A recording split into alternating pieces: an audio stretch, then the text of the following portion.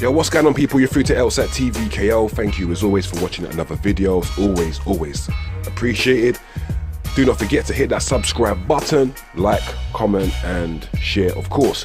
Right, I want to talk about a fight that's coming up this coming Saturday, 21st of April, between Carl the Jackal Frampton and Nonito, the Filipino Flash Donaire.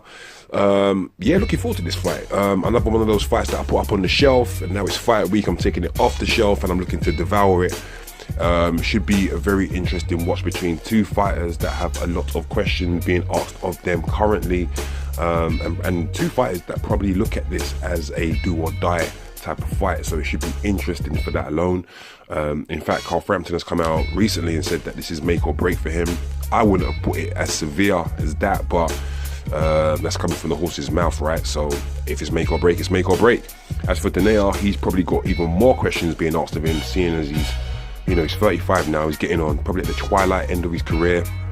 I think he's 36 at some point this year, and he's had some high profile defeats, albeit against some elite competitors, notably Nicholas Waters. And anyone who remembers that fight or has seen that fight, that was a brilliant fight, superb fight between Donaire and Waters, and it ended when Donaire decided he was going to trade, which was just a massive mistake in the 6th round. But until that point, he equipped himself pretty well, to be honest.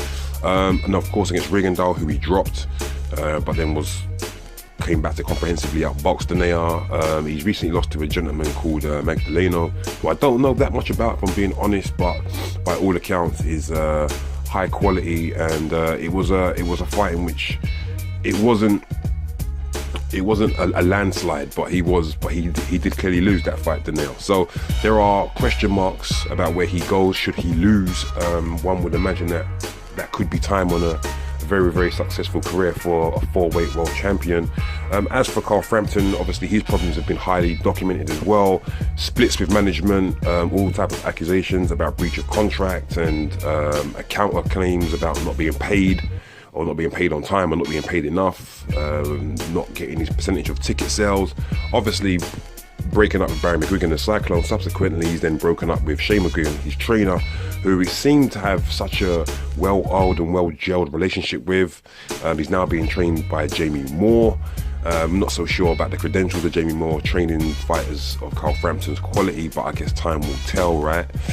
But yeah, it's a very, very good fight between two very good boxers, potentially on the decline, both of them, but I think Frampton's certainly got a lot left in the tank, and I see this being a fun fight.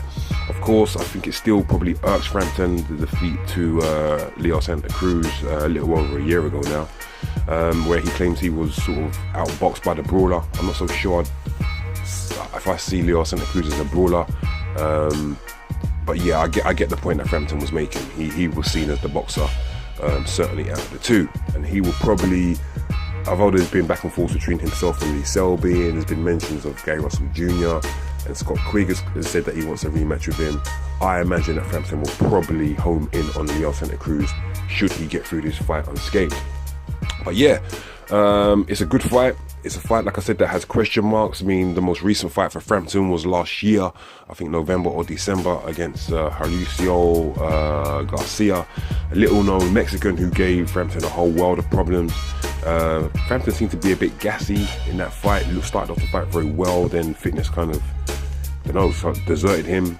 Then he was dropped in the 7th round, but just about got the victory, got the nod. So I don't know, wasn't the best of starts for Jamie Moore, but yeah, this should be interesting. Can't afford another performance like that against a very hard-hitting Donaire. Remember, they always say that boxers, they can decline and they can lose a lot of attributes, but power is very usually the last thing to go. So he cannot afford to get hit with a left hook from Donaire, or any other type of power punch that he decides to throw in this fight. I'm looking forward to it. It should be good. What do you guys think? Do you think Frampton will win this fight convincingly? Do you think he'll win at all? And what's left for him should he win? Who do you think he will target? Who would you like to see him face next? Yeah, leave it in the comments below. I personally think Frampton will get through this fight. I think he will win a very entertaining fight, and he'll go the full distance. Yeah, I'm going for unanimous points decision for Carl Frampton. against a very plucky and determined Donaire. But that's just me, my 2 pence. But for now, guys, this is Elts, TvKO, and I'm out of here.